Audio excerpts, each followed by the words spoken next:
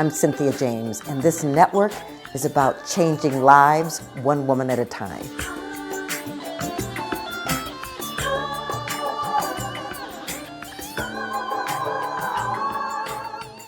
Welcome to Women Awakening.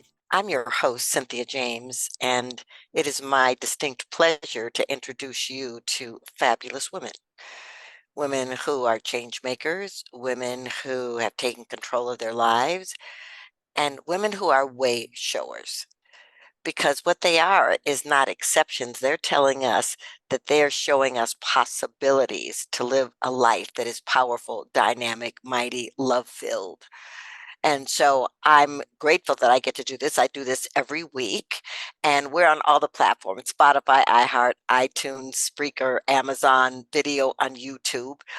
And you can also go to cynthiajames.net. There's a lot of stuff there that can support you wherever you are in your life. I'm really grateful. I think this is the time for women emerging on the planet. I think our hearts, our kindness, our care, our nurturing natures are needed to bring some balance so that we leave a legacy for our children, grandchildren, and the generations that follow. So, my guest today is someone I just met. Mhm. Her name is Jillian Romero Chavez, and she is the founder and CEO of Clara for Daters, and we will be talking about that.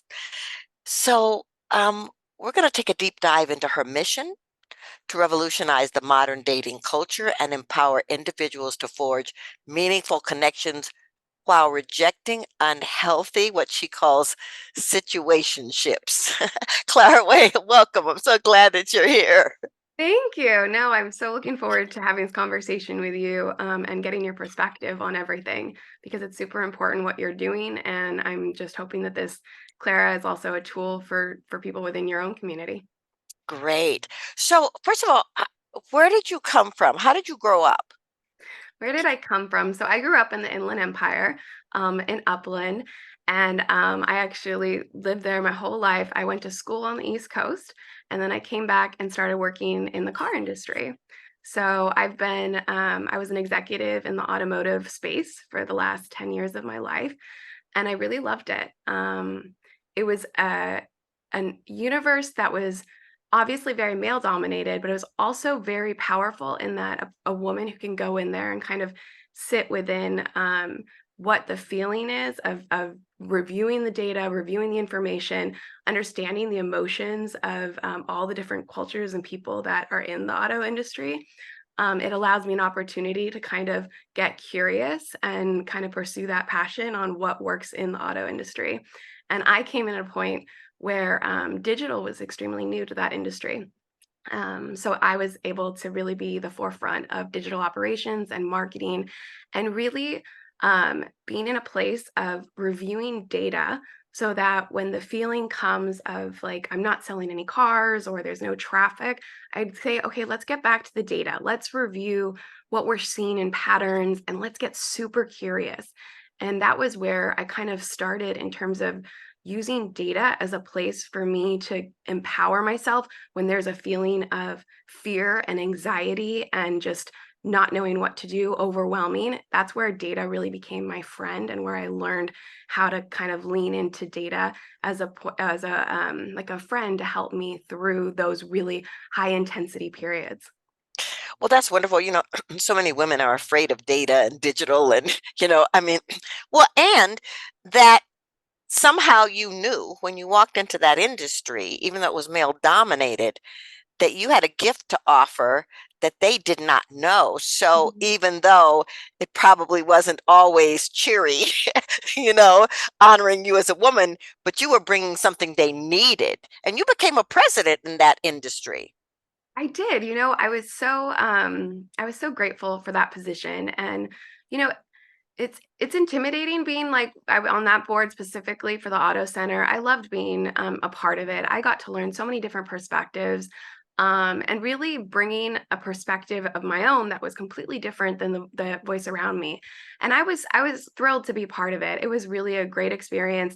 And honestly, I would have continued in the auto industry had it not been for a personal circumstance that occurred that really shifted my whole life into a completely different direction. And that's kind of where I am today. Yeah, well, I want to talk about that because you thought that your personal and professional life were balanced and in harmony and everything was flowing, and then what happened? Yeah, so I was thriving. I was in this great role in my work. I was traveling. I was having tons of accolades and just having a lot of feelings of good self-worth. And at that time, I actually got into a relationship. Now, to go back, Cynthia, I actually didn't date a lot in high school, and I didn't date a lot in college because I was very I'm very studious. Like I was that person who always paid attention a lot to my studies, and I really didn't play around a lot with dating. So I actually really never learned how to date, right? Because in order to date, you really have to, you have, and learning how to date, you have to date. And I didn't. So I got all the way through high school and college, not really dating a lot at all. And then I got into a relationship out of college into my career where I met someone and I fell in love. And I was just completely head over heels. And honestly, living in the male dominated world in my business, it was super relief. Like it was such a relieving feeling to be able to be a feminine in a relationship, be able to Yeah. do the laundry, be able to do things that I didn't know that I really craved. And I loved it. I really loved being in a relationship. And I had an open heart, super vulnerable, all those pieces. Unfortunately, I was just completely traumatized when I found out that the relationship that I was going to be, this person that I was going to marry, he had ended up been cheating on me the whole time we were in the relationship. So it Oh. was 3 years of constant cheating, and I was devastated. I was just there are so many things like when you get cheated on, it hurts, and I know that there's so many Mhm. listeners out there who've experienced that because it not only hits like a piece of your ego, which the ego is one piece, but it's also your self-worth, right? Like Yes, that's the hard-hitting yes, piece that you're like, how did I allow myself to get into this? And then also your own ability to choose healthy relationships. Like that's the other thing that just got hit. And I was devastated. And I remember that night I'm an educated woman. I was successful. I had all these things. I had a great community. And it took all of my power to leave that relationship that night. And so much so that I actually had to call upon my mother, put her on speaker, and say out loud what was occurring when I was finding out. And I was just traumatized because I needed that community support and that level that I could not leave alone because he was trying to convince me to stay, that he had a problem, that he wanted me to work through it. And I was like, no, I am worthy of more than this. And but I needed my yes. mother on the cell phone, like on speaker telling me this and reaffirming this. But yeah, it was a huge shift for me. And again, I was just terrified of one, how did I let this happen? And then two, after like all of that devastation of this relationship, I want to have kids. I want to get married. How am Mhm. I going to ever trust myself again to choose the right person? And that's kind of where I left myself. Well, man, there's a whole bunch of things I want to unpack here because Yeah. that was well, first of all, that that you were really not a person who was in the dating world.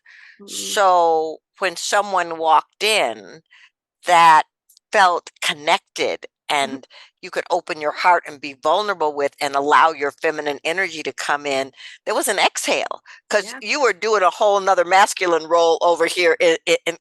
But here's the thing. So I really want to honor you for picking up the phone and calling your mother. I want to say to everybody listening, community and support and your personal, um, what do you want to call it? Your club, your tribe, whatever you want to call it.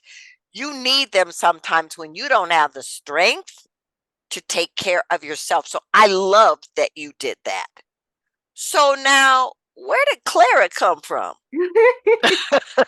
Yeah, so here I am. I still want to get married. I still want to have kids. And I loved being in a relationship. I absolutely loved it, right? But the other thing that occurred during this time period is modern dating, right?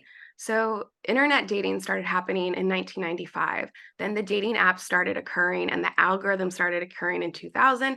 And then you had the gamification of romance, right? With Tinder and the swiping culture, right? Mhm. So I actually grew up and started dating in this world where that online dating and dating apps became the majority of where people met people, right? Right. And the other problem is, okay, first, I'm a girl who doesn't really know how to date. I wasn't dating a lot when I was younger.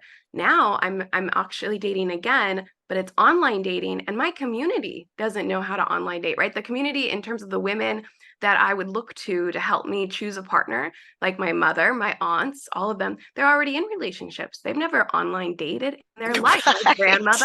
My grandmother who's been married longer, she's been in a relationship longer than she's been single, got married at 19. She's 80 today with my grandpa. They've Mhm. never did online dating, right? So there was no like guidebook on, okay, how do we use these tools? So here I am coming out of this relationship devastated, but also like extremely terrified of getting into that relationship again, because that's what happens, right? If you read Mhm. any of the books and all these things, they say your attraction is to that similar kind of experience where there's excitement and there's maybe there's fire, right? They describe these things as fire and they say, oh, that's chemistry, right? But you and I both know that that is not like love. Like That's that is right. not love. That is not lasting love. That is not, I've been married for over 60 years love, right? Love is Mm. completely different. But we get distracted in this. And when you have so much access to all of these people who are love bombing you, right? Like showing these things in dating apps and being accessible to you, it's really hard to cut through the clutter of it all. So Right. anyway, I learn a lot. I'm going to therapy. I went to therapy for all these years. I started doing dating coaching. I read tons of books. How Not to Die Alone. I had read Attached, Eight Rules of Love, Jay Shetty. I read all these kind of books trying to figure out what to do, right?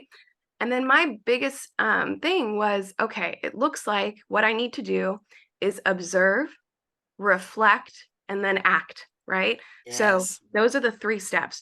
Observe what's going on in the relationship and how I'm feeling, right? Reflect on how I'm feeling and then act on it. Now, I'm like, okay, I have my mindset now. I know what I'm gonna do as I start getting back in these relationships. So I start setting up these dates. And maybe I do one on a Tuesday and one on a Friday, right? And Mhm. I'm going on the dating apps and setting them up. So on Tuesday, I set up a date with a guy that I met on Hinge. And I'm excited to go on a date with this person. He seems nice. He's not necessarily my type, but he seems really nice. I go on the date. He's super respectful. He asked me lots of great questions about myself. I noticed that he's really polite to those around him, like all good things. But the Mhm. problem was I really wasn't feeling like the sparks. I wasn't feeling any chemistry. So I was like, I'm not sure if I'll go on a second date with him. This Mhm. was kind of lukewarm, right? Mhm. And then on Friday, I have another date with a guy that I met on Bumble. Now, Mhm. this Bumble guy, I could tell by his photo, he's definitely my type. And I was really excited to go out with him, especially because it's Friday. And I also like to have a margarita on Friday so I can kind of have fun. Now, he showed up a little late to the date, Mhm. but I forgave him because he told me he was busy working and he completely lost track of time. And Cynthia, I love people who work and are motivated and excited about what they do. So that's okay. Like, I am attracted to that. Like, don't worry. He was a little rude to those wait staff around him. But Cynthia, you know what he told me? He told me that he skipped lunch because he had to work through it. I get that. Men get hangry. Like, let me forgive that. Like, no worries. Again, he's passionate. That's exciting. Um, and you know what? Like, the date was fun. I could see how enlivened he was about his life and everything. He didn't really ask me a lot of questions about me. But again, I think he really is like, he's one of those people you want to be around, right? When you're around it, it's like there's energy to energy, and it's okay. You can ask me a lot of questions. So needless to say, I have these two different juxtapositions on like who these people are, right? Now, before when I was not being observing, reflecting, and acting, I would definitely go on more dates with Bumble Guy on Friday, right? Because I was feeling Mhm. the chemistry, but then I go home and I'm anxious because he's not texting me right away. I'm anxious because he's not calling me back, right? But I still like that. I'm gonna live in that kind of feeling, right? But now I have Clara for daters because that's what I created to kind of keep me accountable when I'm observing, reflecting, and acting, all this data. So how Clara for Data works is I actually log my dates. So I go back to Clara for Daters, I log my Tuesday night date, And this app was designed with psychologists to help me create questions that'll get me thinking, right? So some of the questions that occur, I logged the guy on, I met him on Hinge. And the question is, was he respectful? Yes or no? And they're only yes or no. You can never say maybe. Great. Yes. Yes. Was he polite and kind to those around him? Yes or no? Yes.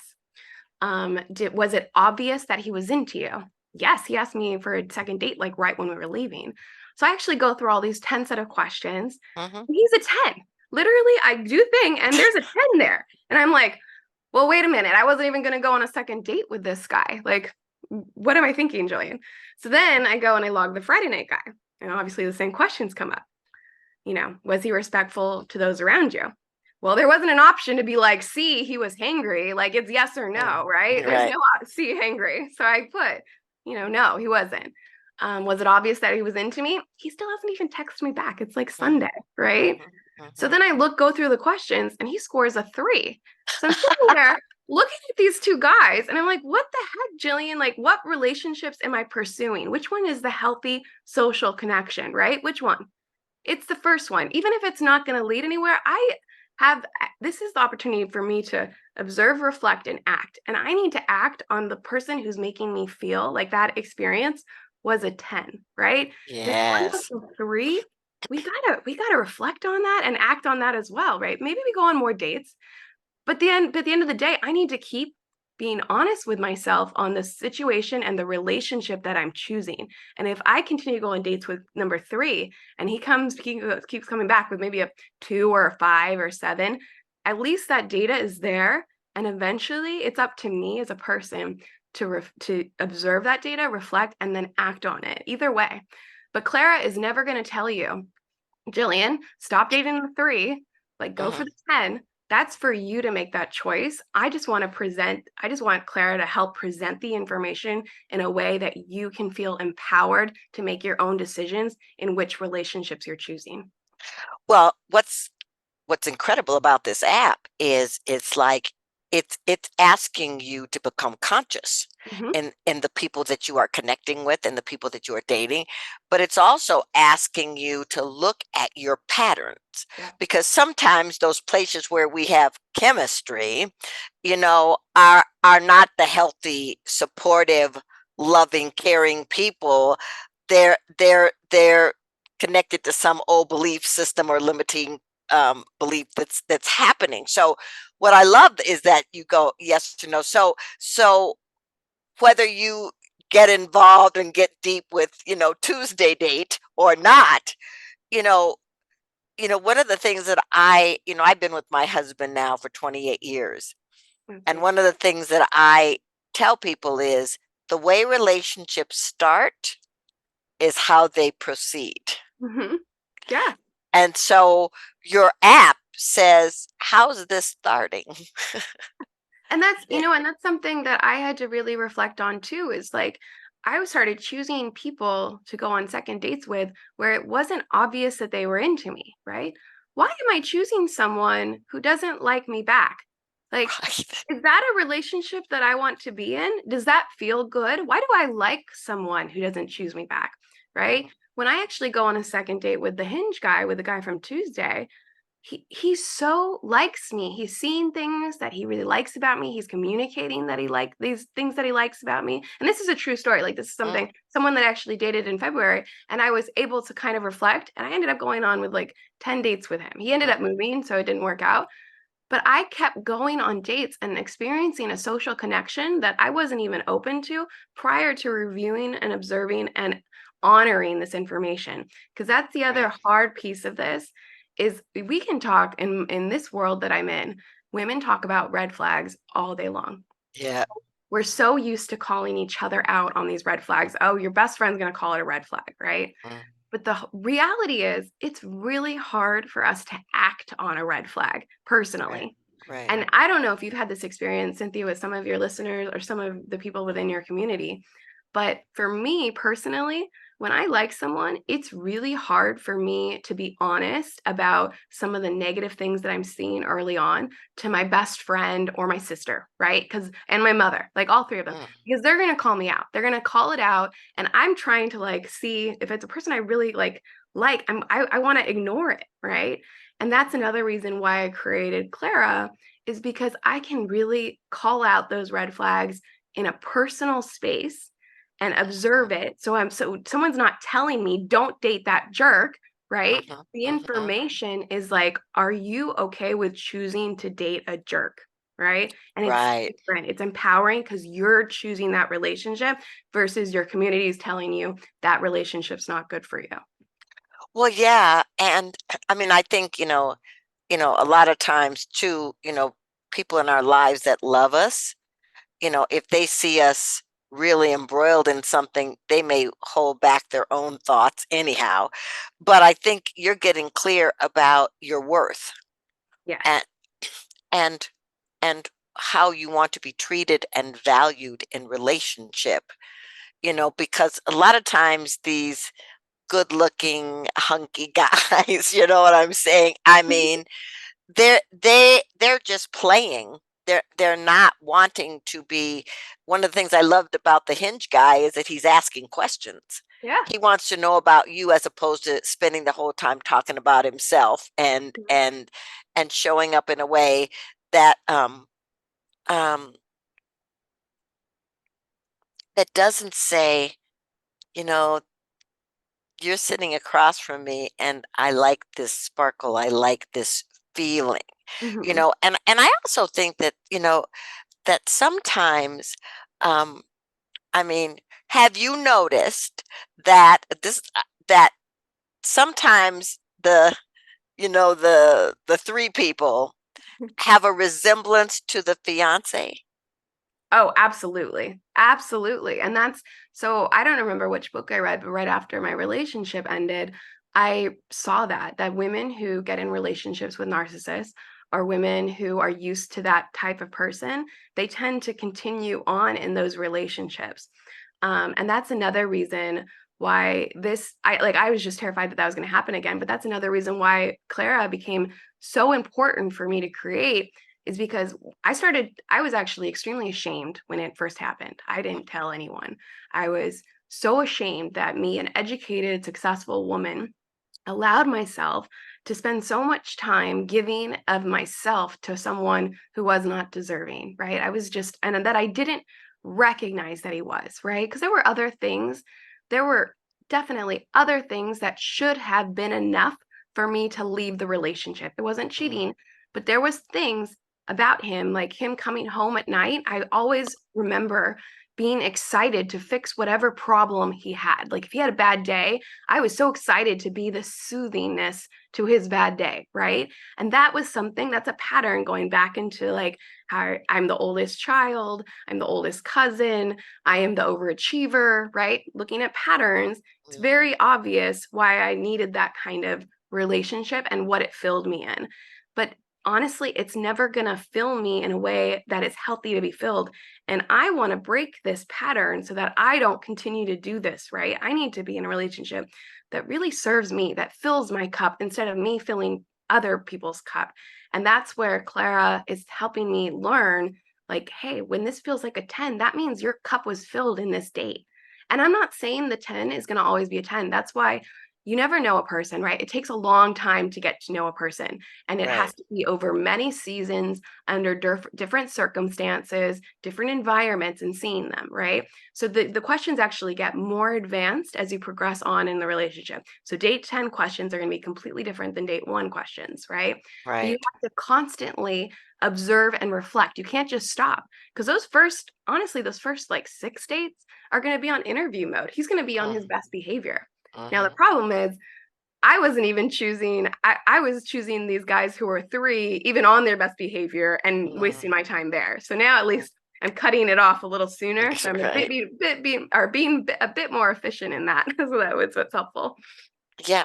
Well, the thing is, it's like I think, ladies, it's really important to understand that you're a prize. You're a treasure. You Mhm. should never have to work to get someone to see you or love you or honor you.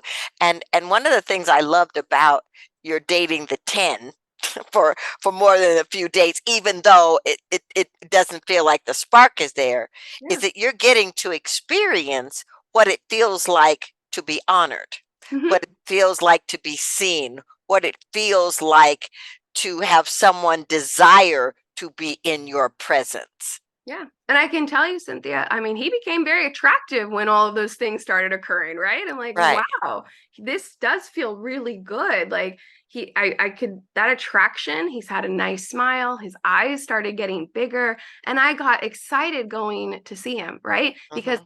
I'm excited because I know he's going to make me feel good. I know that not Yes. make me feel good, but make not me feel bad, right? Hmm. Just it's going to be an experience that I'm looking forward to instead of dreading, right? There's no work in this in going to go see him on this date, right? There was no work that occurred. It's almost like that release and just being present and in my energy.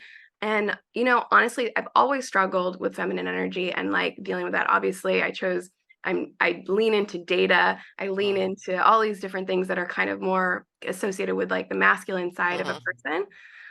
But I'm my goal is to kind of trick my brain so that with this information, I can keep reflecting and jump myself in. So similar to like Yes. meditation, when your mind wanders, right? Yes. You want to Right. catch it and put it back in. That's what data does for me, right? Right. Go back when I'm like, Right. okay, I went on 5 dates and I didn't log any of them, and I'm already feeling anxious, right? I'm in an Mm. anxious spot. I go back, I put in the information, and I still start feeling calm again, right? Right. It logs me back in. I'm like, oh yeah, I'm feeling good. This is good. Well, this is so incredible. Okay, how do people find you? How do they find the app? Because I just think this is spectacular what you created. Thank you. Yeah, I'm really hoping to get it into hands as many people as possible. It's completely free. This is a tool to help you choose connections that feel good, right? And I want it to be free Okay. in this element. So it's in the App Store. You can download it. It's called Clara for Daters.